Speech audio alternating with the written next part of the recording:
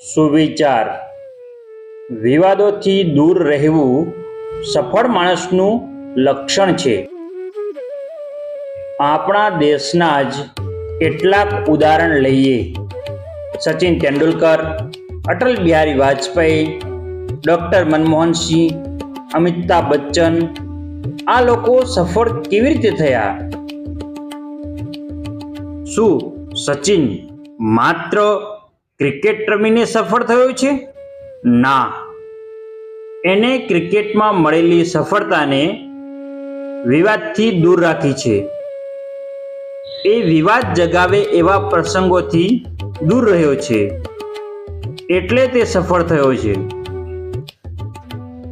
અટલ બિહારી વાજપેયી એક સફળ રાજપુરુષ ગણાય છે, કારણ કે પોતાના જીવનકાળમાં એમણે વિવાદમાં પડવું યોગ્ય ગણ્યું નથી.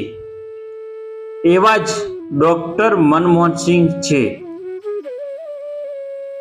અમિતાભ બચ્ચનની સફળતાનું રહસ્ય પણ તેમની વિવાદથી દૂર રહેવાની વૃત્તિનું પરિણામ છે.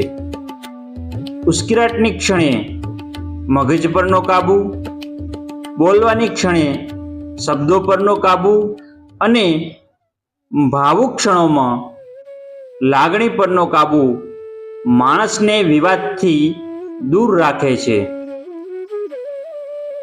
વિવાદોથી દૂર રહેનાર માણસની શક્તિઓ ખીલી ઉઠે છે, કારણ કે વિવાદ માણસની આંતરિક તાકાતનો નાશ કરનાર તત્વ છે.